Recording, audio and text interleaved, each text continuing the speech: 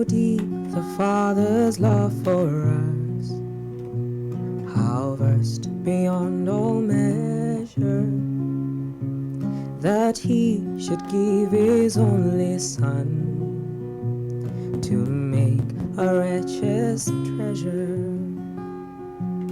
How great the pain of searing loss, the Father turns His face away, as wounds which mar the chosen one bring many sons to glory. Welcome to Beyond Musical Sounds today, and we are listening to wonderful music from our guest in studio today.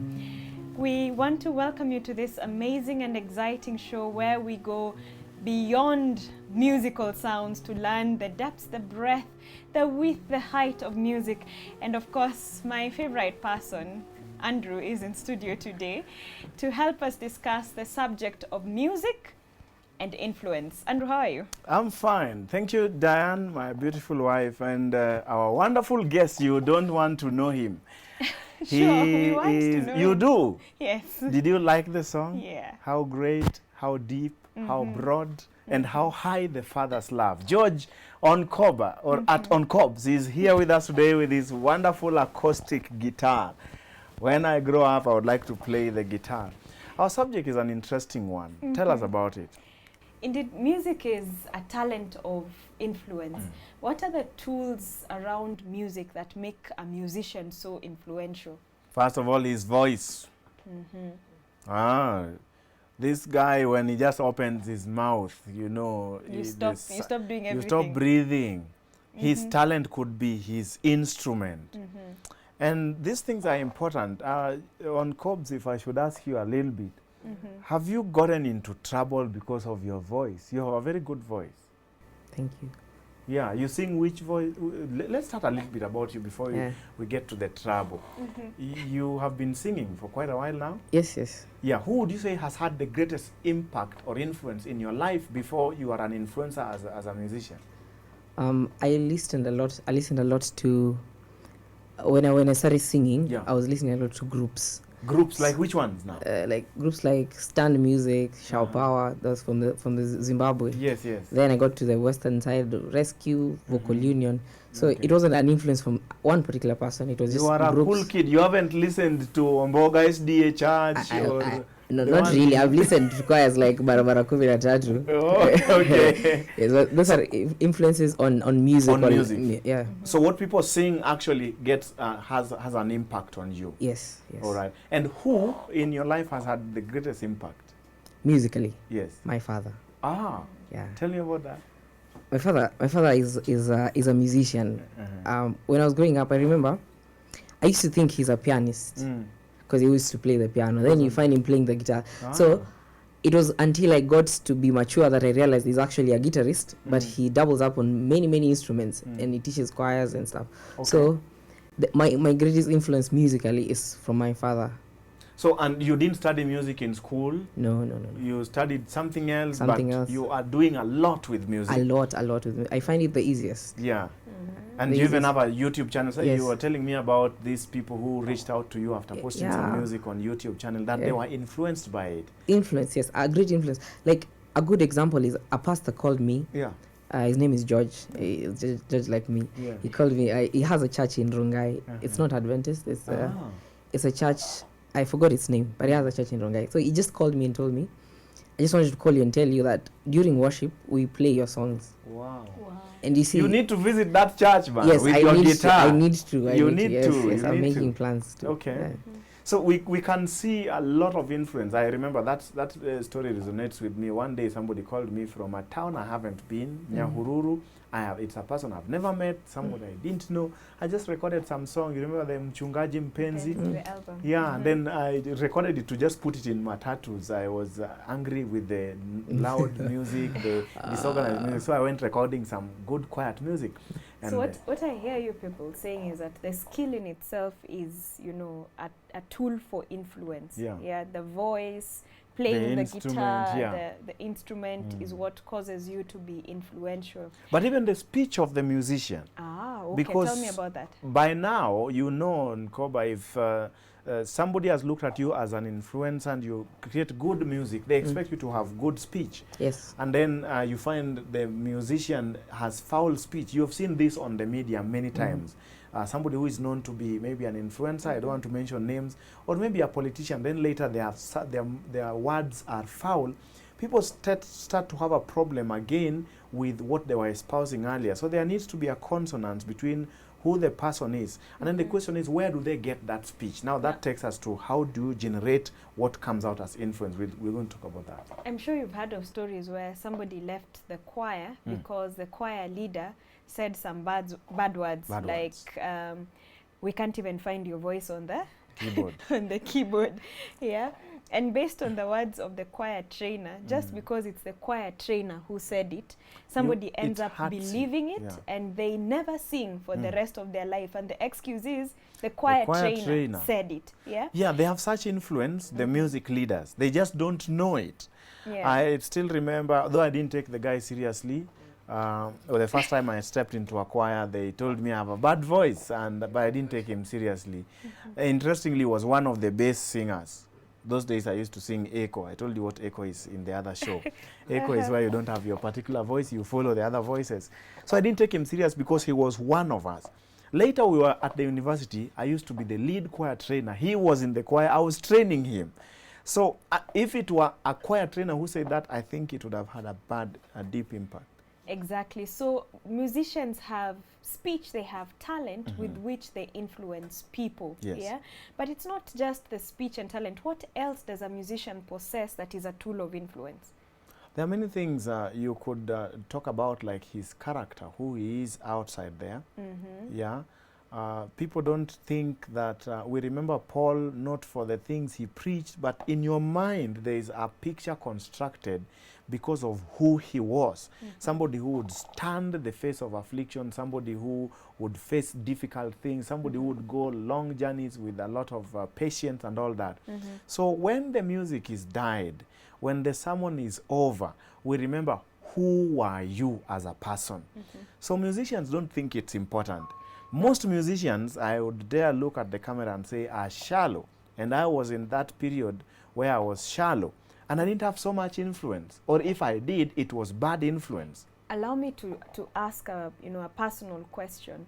Did you find that because of the influence, you had to act or put up a character? Do you think musicians are actors? Let me start from here, then I come here. Hard to answer that question because you're looking to point to people, but I'll take it as myself. Yes, as a musician, you can be an actor. You can, and it's easy. It's actually easy to act as a musician because when you sing, a lot of judgment is removed from you. Let's say, for example, if I sing about how deep the Father's love, I'm sure when I'm singing, you will not think about my sins. So it gives me an opportunity. I can pretend to be who I want because of my influence, the music of the influence my music has on you. Your judgment is may shushwa kidogo. Okay. Something else, that's something I've experienced too. Once you have spoken about something, once you've sung about something, people assign you either the thing or something more grand. They assume you don't have any issues and you are supposed to act like that. And musicians so like if you sing, you're going to heaven until the congregation feels heaven is coming down. There is no way I can be struggling with anything. Okay. So I did act a little of my story. I was a serious actor. I had a lot of issues unfixed in my life, but because you come out there, you command this great choir. I used to be the choir trainer of one of the big churches in this city, You're still the proud Nairobi. of it. Yeah, hey, no, I was the first one to take them for recording, but I was proud, I was arrogant, I was idiot, I was inside empty. You know, the only thing I knew was music. If you asked me where the music would start and end, that's all I knew. But I didn't know what it took for people to brave the jam and come. I was very unkind and exacting. And you know, musicians, people like us when we are in control. You know, you raise your hand and everybody goes up, you bring it down and the choir goes diminuendo, whatever that is. So you kind of start thinking that in real life you are that person. You can't face the issues you are, the issues you have. And did you know that that diminishes your influence? Because now they think you are this big person. It were better you are natural, who you are. Let people know I'm also struggling, okay? Let somebody else also run that choir another day. So that it's not you. You know, there are musicians who everything depends on them. And when they are not there, nothing runs. And John Maxwell says the test of good leadership is after you are gone. So musicians are leaders in essence. But when they are, they represent the character of the person they are working for, who is God. So sometimes we misrepresent God, just like the devil, we start maligning his character. So that expectation also is not bad, that people expect us to stand up for a big character, because you have a big influence. Music is big. People will listen to you and they'll follow. Why then should you not step up? So what I did is, there's a time I got myself scandals, not intentionally. I was caught. You can guess what I was doing, but then you can comment what you think I did, or if you know, if you are there. But then I actually got to address myself to the issues that were happening in my life. I didn't want to hide. I didn't want to run away from them. I stepped aside a little bit for reflections, for thinking, and then I got myself deep into the Word of God. And when I re-emerged, I had more bigger influence, one in the area of music, and I could also teach in other areas that hitherto, that's a big word of, before then, I was not able to handle. So musicians need to grow in every other area, grow the person. I'm just thinking, you've mentioned that being a musician is leadership. That's true. Is there a way, or are there ways of growing leadership? You know, there are choirs where the choir trainer disappears and the choir dies. Yeah. Yet they had a very good choir trainer. How come in many of our churches, in our homes, like for you, your father has managed to pass down the skill? The skill, Maybe you should nice. tell us how the father passed it down. Was it by osmosis? Did you just wake up? Or there are things your dad did intentionally before we come to the church? Yeah, so I was not a willing participant in getting the music, because I was just a child. I remember when I'm playing with my friends. Then my dad comes and he sees me and my brother playing. It's just like, come here, you guys need to play. You need to go to the house and play the guitar. And that anakutoko, it removes you from playing. It takes you to the instrument. And I didn't understand the importance of music then. Actually, up to my high school years, I never loved music. I was just like, this thing is forced on me. I have to learn because this is my father's passion. So, but it got to a point where when I started singing, because then I used to be an instrumentalist, I just used to play. But when I started singing, I realized this is something I find really easy. Very, very easy. It comes very natural. I remember I joined choir late in my high school years. I didn't have time to practice from Form 1. I joined choir. Which choir was that? Upper Hill. Upper Hill School. I joined late in Form 3. So you can imagine, you're in Upper Hill and you're joining choir, guys who have been singing from Form 1. But I found it easy when I was singing. You could still just blend I could still blend easily, and I'd never sung. That's something I noticed then. That is like the only thing I found easy in life. Everything else, reading is hard. But when it comes to music, it was easy. So it came with ease because your father taught you. You know, Because whether it was by force. Whether it was by force or not. But right now, I thank God that he did that, because I would regret it if he Maybe did not before do that. I answer the church question, have you done other lessons for yourself just to enhance your music, getting to know what is a chord, what is this? Have you done just your own self-development? Yes, I have. Like I taught myself music theory. I also did that. I started reading notes. I just picked a book with notes and started, and today I can play some things that I find also easy. I could relate with your story. Back to the church. The church has an opportunity to grow this influence and grow musicians to be leaders. Did you know that musicians actually really control the church? Yes. Look at a music Sabbath, for example. If they say we only want to sing whatever the elders think, the musicians have the day. In another show, I quoted Karl Marx, who said, I don't care who writes the laws of a nation. Give me the musician, and I have the entire nation. You know, I will control the nation. I still remember, I used to be a coveted guy, quote unquote, in the church. Every person wanted me to be in their camp. you know, because he knew that if the choir leader was in their camp, the whole choir is in their camp. And so if you are commanding people following you, then there are tenets of leadership that needs to be inculcated in you, either by naturally by yourself in your own self-development or the structures within the church. I think that music leaders should be people who are very stable, who have been trained, who have been tested, who have been tried, and after they have gotten to office, one of the first duties they need to know is to replicate themselves. Now, a good story is when we were at the university, we stepped up and ousted some bad form of music. And then we were now the new choir trainers from first year onwards to our graduation day. And then we were faced with the problem in our final year. What will happen when we go? And we started looking for people to install, to give them our authority, to let them run. And up to today, you still walk into that congregation and you listen to the same quality of music that you introduced. It feels very nice. And that is the test of leadership in terms of succession, in terms of legacy. What will you leave as a legacy of your influence? So you must be intentional about good influence, but you also must be intentional about lasting influence. Okay. So in other words, there shouldn't be just one person in a church who can play the piano, Yes. or just one person who can train choir, or one person who, when they are not there choristering, Something goes wrong with choristry. yes, we need to pass down The those skills. skills, right. But how do you pass them down? Good question. Do I force you to sit down and tell you now close the door, you must learn this? How do you teach people? How do you grow leaders? Let's start with his example of the YouTube channel. I don't know if that's what you want to talk about. No, I wanted to add something before You we can, get to that before we go topic. to how. Another thing which I think I feel it's neglected is the choir members themselves. I think the choir members depend so much on teachers. On teachers. You won't find someone pushing themselves to actually learn. So And they I can't believe do that by You themselves? can learn by yourself as a choir member. You can be better. Don't just wait for the You trainer. can do your own vocal You can- practice at yes. home for your own for sake. your own sake. You know the way you feel bad when you can't hit a note? Okay, I usually do. Or when I sing off, I feel bad. Yes. So for your own motivation. So the Right. choir members should be encouraged to also learn the craft themselves.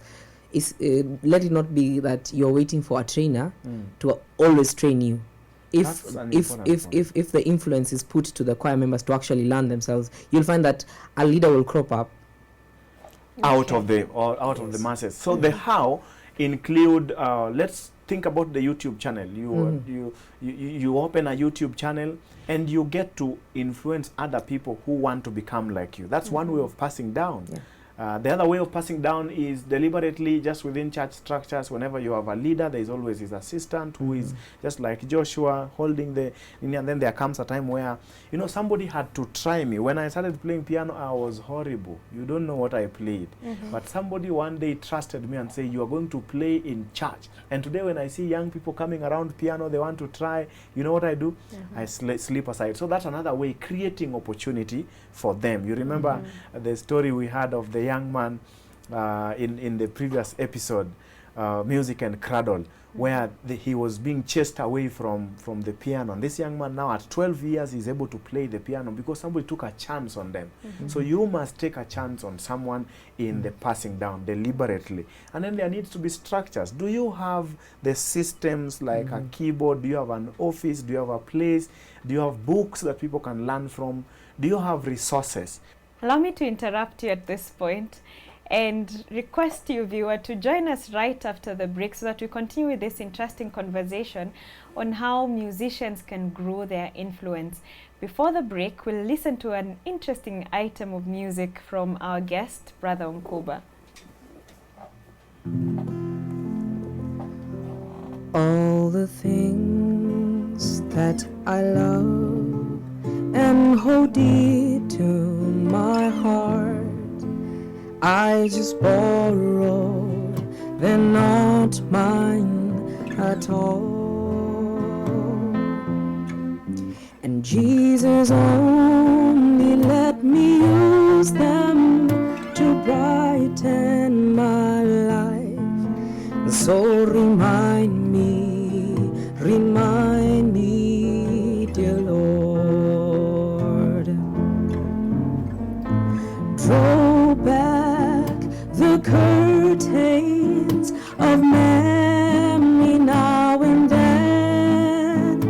Show me where you brought me from and where I should have been.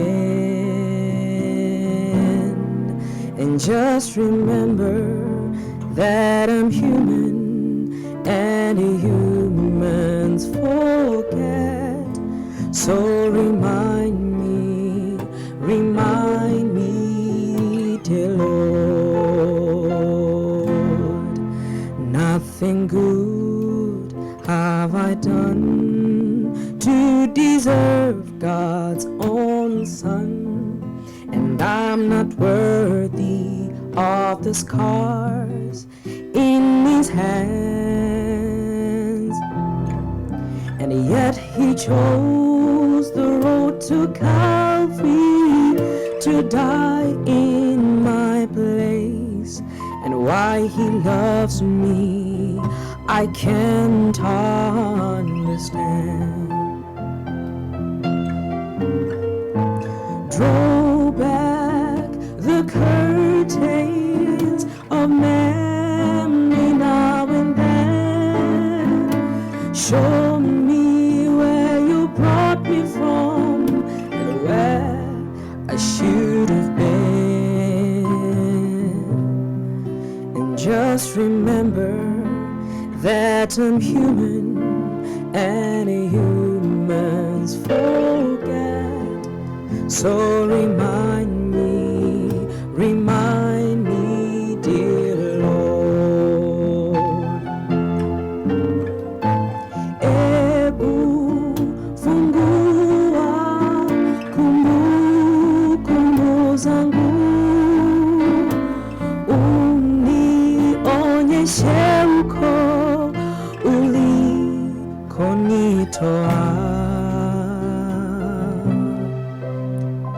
Mimi ni mdhaifu, ninasahau,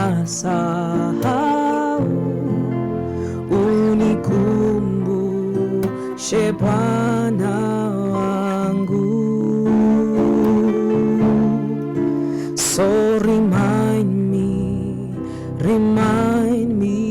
dear Lord.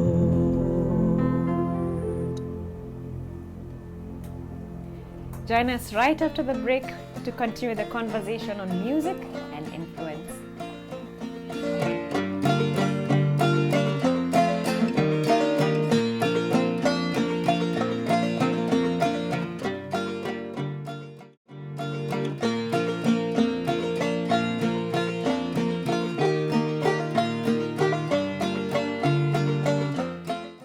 Welcome back to Beyond Musical Sounds, and today we are discussing music and influence. Now, musicians we have seen possess a lot of power, a lot of influence about, everywhere where they go. But this influence has, some pitfalls, I imagine. What are some of the pitfalls you would identify for musicians themselves who possess this influence? Well, let's start with power, which corrupts. Absolute power, corrupts absolutely. So the corruption could be in his own character development. The corruption could be he could hide certain, weaknesses under the veil, the acting that our guest on Koba was talking about, that you're under pressure to look in a certain way, or because you sing certain songs, you are assumed to be that song, which is not really you. So the pitfall here is to not be yourself. Being authentic is a serious issue, not even just with musicians, but it's always cast out there that we want to become something we are not. So I think maybe we also talk about the pitfall and how to overcome it. One of the ways of overcoming, if you are really somebody who wants people to know who he is, you will be liked for who you are. Even if you still have a few challenges and you are working on it, and people could see last year you are this way, this year you have improved a little bit, some more improvement, people will like you. They know you are walking the normal trajectory of life. But if you start from heaven up, the only direction you can go is sent from heaven downwards. That was the predicament of the devil. You know, your thoughts have reminded me of a story when we first started singing. And you had, there was pressure to conform. Yes. For example, musicians or choristers were expected to dress in a certain way. Yeah. And if you happen to be part of the choristering team, You every must Sabbath you had dress to that. you must dress that way. Now, you can imagine if you can't afford that cost. You can't become a chorister. You can't become a chorister because that weekend people are wearing a red tie. You can't afford a red tie. The next one they're wearing a kitenge shirt. So either you And go. I didn't like kitenge. I don't know what madness men have till they wear kitenge. But you're very smart. But my wife likes kitenge all the time. And on Cobbs, you look nice on kitenge. So sometimes the position that a musician holds may force them to bend or to push themselves To put up a face. Yeah, to put Yeah. up a face so that you can You fit in. yeah. But you asked Onkoba a certain question at the beginning. Have you gotten in trouble for your voice? Yeah, now we're back to that question. The pitfall of Just having a good voice. Yeah, wanting to fit in, but also the pitfall of who you are that people like and who likes it. So let's talk about that. So I think these are two questions. No, it's the same thing. Have you gotten into trouble for you are being a musician? You know, you just play a guitar and a girl starts thinking the way you will play for me a guitar next to some ocean, you know, and she already has a wedding gown and it's going on like that. Yes, I have gotten into trouble. Uh-huh. Not once, yes, a couple of times. But initially in the start, I was still a young person and I was not mature, and also spiritually I wasn't ready for that. So what was the nature of the trouble? The trouble is, you're a young person, then someone is interested in you because of what they see. Someone And is a lady? A lady. Oh man, a lady is interested in you. Yeah, because of what they see. What did they do? So they're willing to do like. They send you a text message, yes, they send you a text, walikutumia fare, yes. ama? No, hapana fare. Okay. It's just how it is. Normally it's for a man to approach a lady, but Definitely. when it's opposite, it becomes tough. Weird.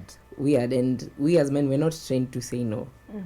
So it becomes like you can take advantage of the fact that this person already loves me this way, so I don't have a lot of things to do. Yeah. So yeah, I have fallen.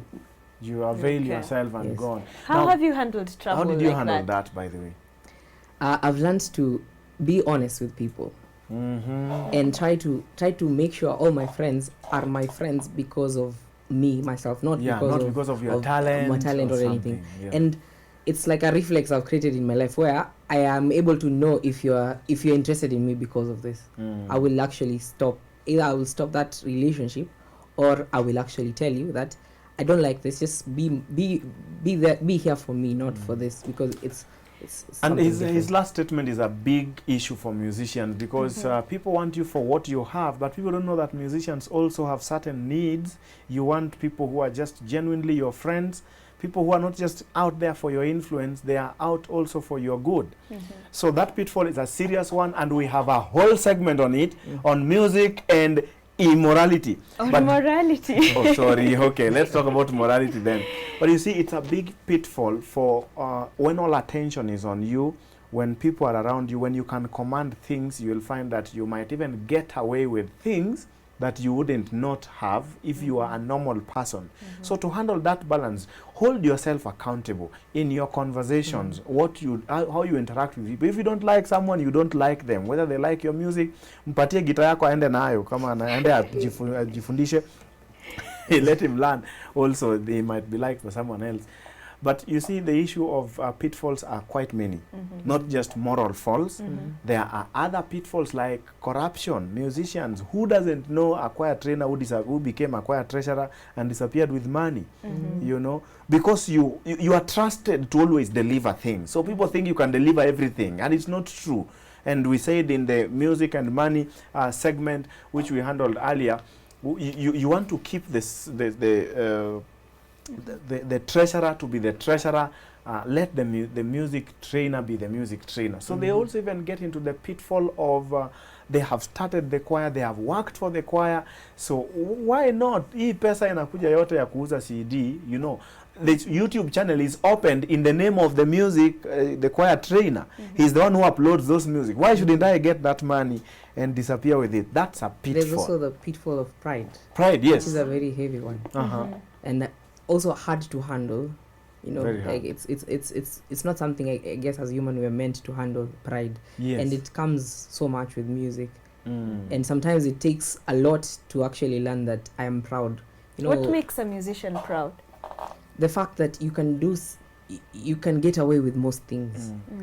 If you're not a musician, maybe you wouldn't understand. You don't understand. You know, yeah, you can play piano. You are a magician, by the way. You can play guitar. You are a magician in front of people. What Onkoba is saying has something that I've often referred to. The human heart is too small for praise. So let's start with the solution to pride. Nobody should sit there you are being praised, you are the one who did this.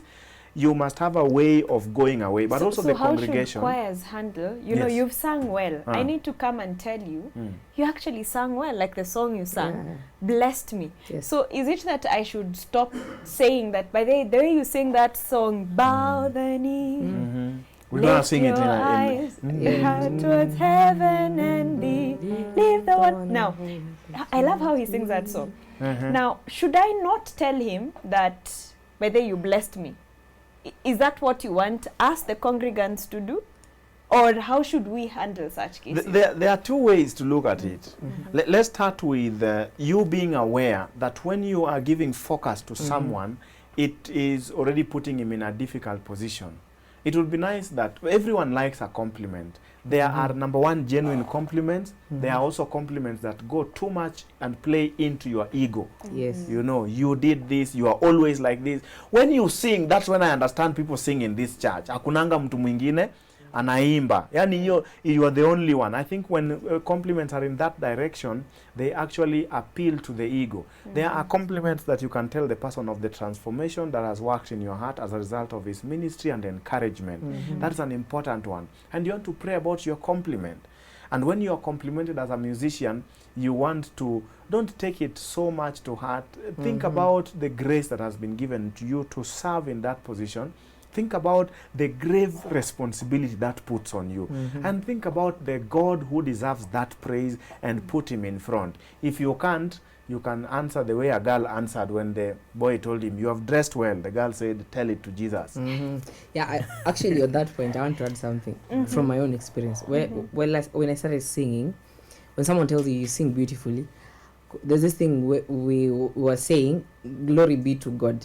But I was not meaning it. Yeah. It's not genuine. It's I was just saying something so that crammed it looks so that nice. It looks nice. So someone says you sing beautiful, someone glory be to God. Roman say it's Jesus. You know, you just say something that is supposed to be right, but you don't mean it. Yeah. But over the years, I've learned that my relationship with God is what will destroy the pride in me. Nice. I So like that. when you tell me I sing nicely, I'll say thank you.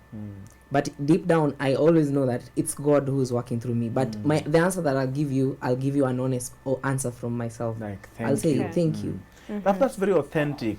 And also, as somebody gives you praise or tells you you've done something nice, he's actually setting for you a bar on which your rest of the character should be pulled up to. So that at the end of the day, your life in itself is what you do, what you eat, drink, whatsoever it is giving glory to God. So you don't just glorify God on the piano and then your speech is foul. That's why we talked about the other tools and channels of influence. Of influence. All right. So is there a way that we can deal with musicians who have fallen from glory? How exactly does the church currently deal with them? You know, you are this known person, everyone used to follow you, you'd train choirs, and then suddenly you do something and you're excommunicated from church. How do we normally deal with them, and how do we bring back people who are in positions of influence back to the house of worship? I don't know, on Cobbs will help me here. If you guys don't know excommunication, it used to happen. I rarely see it nowadays. I think nowadays everybody is good, or the leadership is afraid, or no one does so grave sins that they get excommunicated. Now, excommunication simply means you are taken away from, they call it fellowship or disfellowship, or something is done to you to reduce your influence in the mainstream service, where either if you are a choir leader, now you are no longer a choir leader. Even if they call it excommunication or disfellowship, that thing is wounding. It's not, it's not good. I can tell. Even your workplace, when you do something wrong and you are now removed from responsibility, demoted, it doesn't feel nice. So first of all, that person is going through stress. Yeah, I'm not going to talk about how right or wrong it is. I would go with biblical standards. When somebody does something wrong, go to him and tell him. There might reach a point where you may want to set him aside for the sake of influence. And musician needs to understand the reason why that is a biblical method is because of the influence. It's not on you alone. And that's what happened with Lucifer. When his pride rose and he wanted to become like God, and he brought a revelation.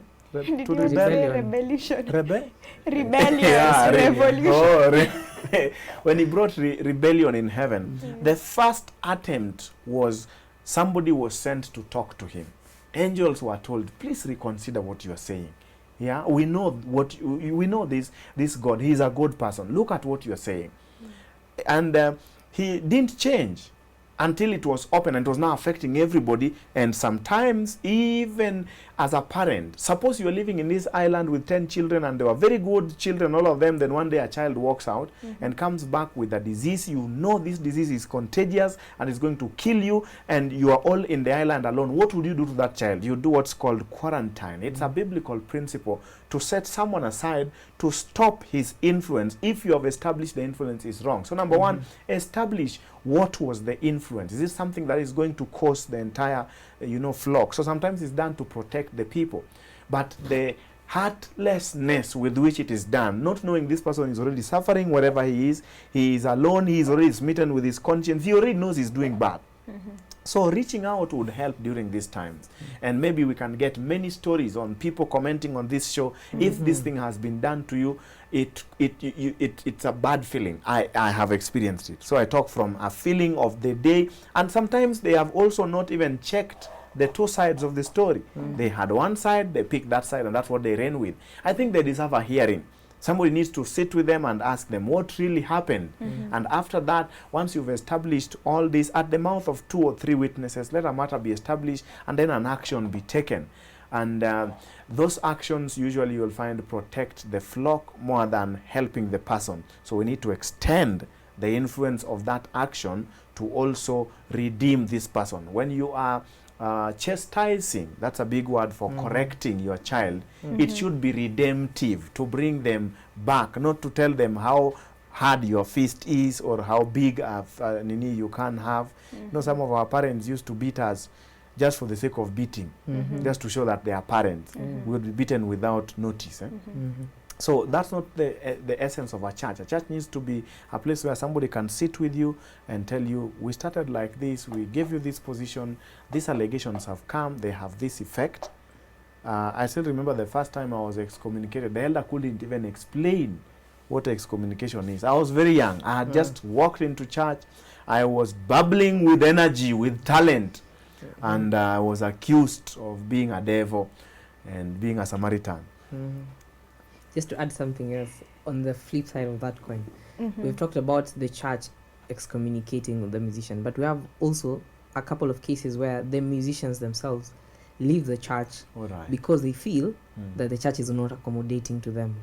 So I don't know if I'm allowed to ask you guys questions, but I want to ask how do we deal with that when the musician is the one who is feeling like you're feeling aggrieved, you walk away, and you walk away? How do we deal with that? That's a practical question. It happens all the time, right?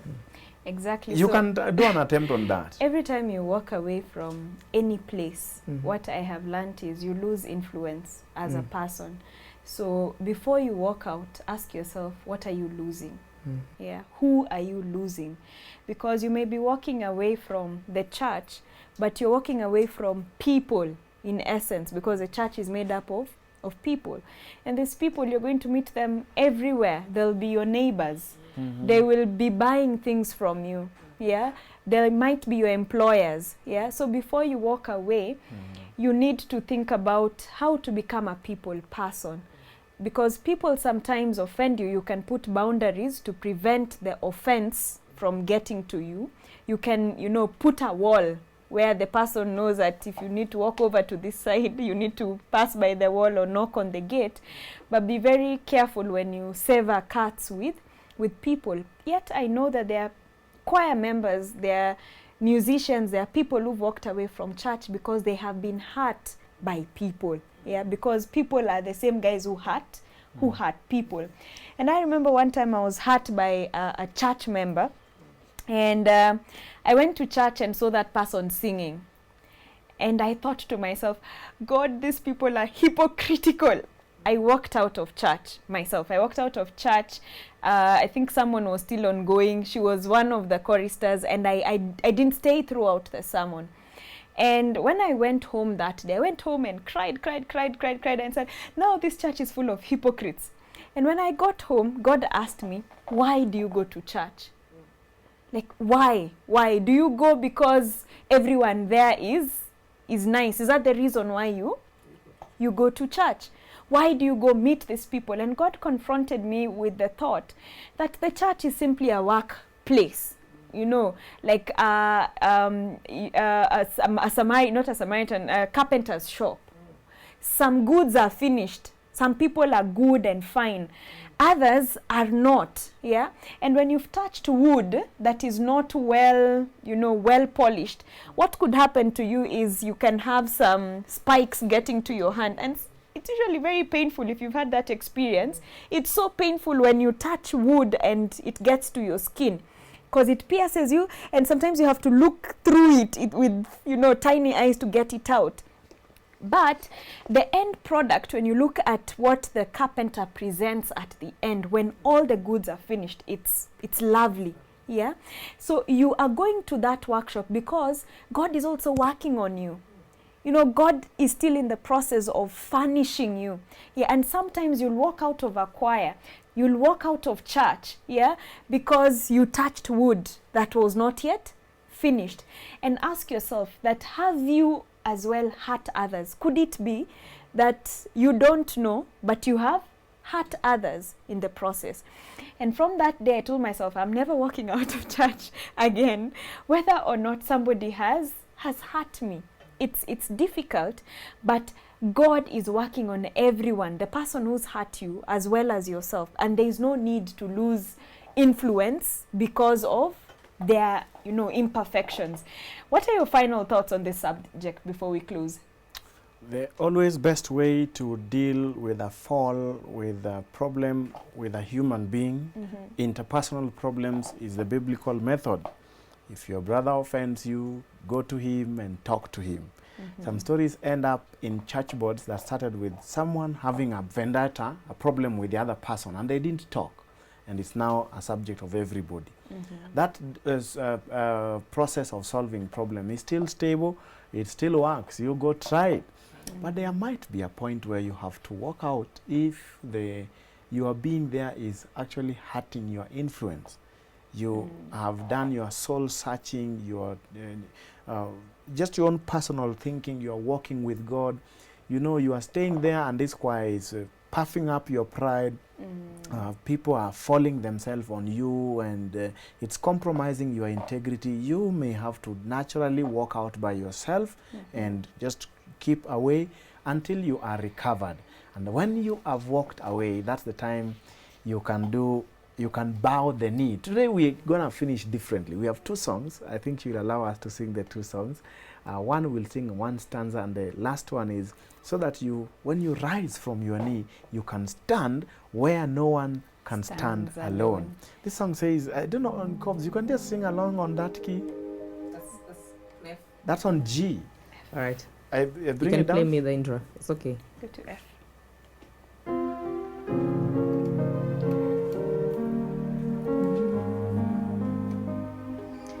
There are moments on a journey following the Lord, when God illumines every step we take.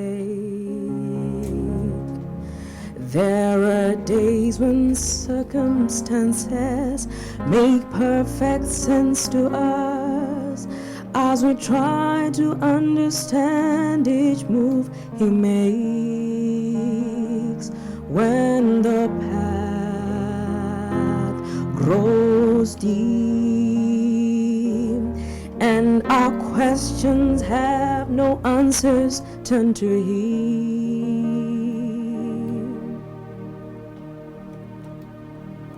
and bow the knee.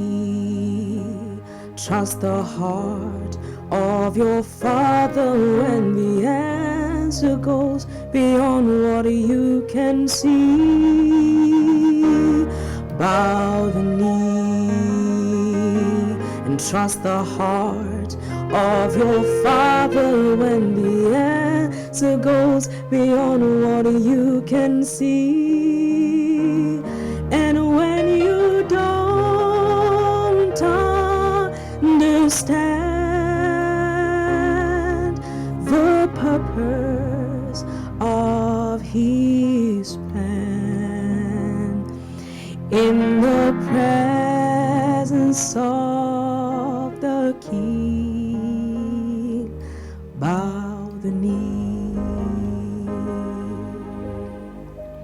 Indeed, you can bow the knee, and whenever you bow your knee, God can help you stand where no one stands alone. God can grow your influence. God can change your circumstances and bring you back to fellowship with people. God can direct your influence, that your influence will be one to ennoble and not break down. And this is why we'll close with this song, Once I Stood. Until next time, we'll ask that you keep your eyes on Hope Channel, but above all, keep your eyes on Jesus. Listen to this song as we close.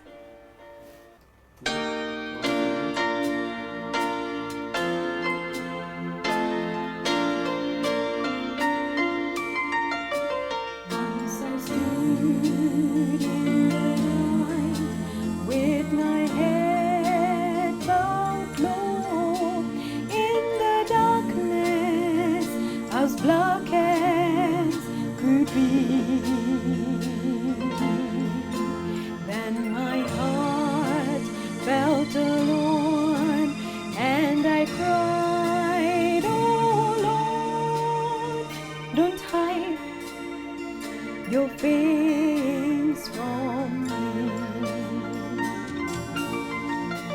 Hold my hand all the way, every hour, every day, from here to the great unknown. Take my hand, let me stand where no one stands alone. Like a king, I may dwell in a palace so tall, with great riches to all mine own. But I don't know a thing in this whole wide world that's worse than just being alone. Hold my hand all the way, every hour, every day, from here to the great unknown. Take my hand, let me stand where no one stands alone. When no one stands alone. Hold my